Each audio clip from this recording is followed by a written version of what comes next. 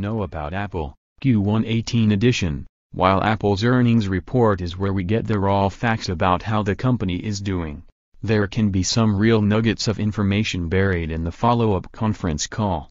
Here are 8 new things we know about Apple's business. Must read: How to tell if your iPhone battery needs replacing. Number 1. Don't just focus on the iPhone. It's easy to get blinkered when looking at Apple and think that everything hinges on iPhone sales.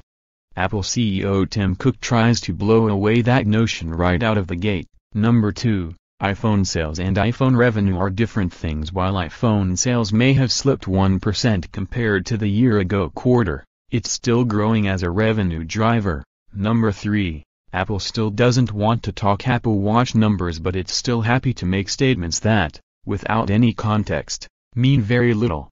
Number 4. iPhone price bumps pushed up ASP dramatically. The iPhone ASP, average selling price, hit an all-time high thanks to the $1,000 Plus iPhone X and the $50 price bump on the iPhone 8s Plus, breaking the $700 barrier for the first time. Number 5. Apple tried to reframe that iPhone sales slip narrative. While analysts and investors still take the view that a quarter is a quarter, I still admire the attempt at reframing the narrative here. Number 6. The iPhone X will transform into the iPhone. The iPhone X is paving the way for all iPhones, so expect Face ID and OLED to become the norm. Number 7. Lots of talk about R, but still all vague and fuzzy. Apple likes to talk big about the future of R, but the current crop of apps that make use of it, along with how you use it, awkwardly holding up an iPhone or iPad, doesn't really match up. Number 8. People just aren't upgrading iPads. It's new buyers and switchers that are driving sales.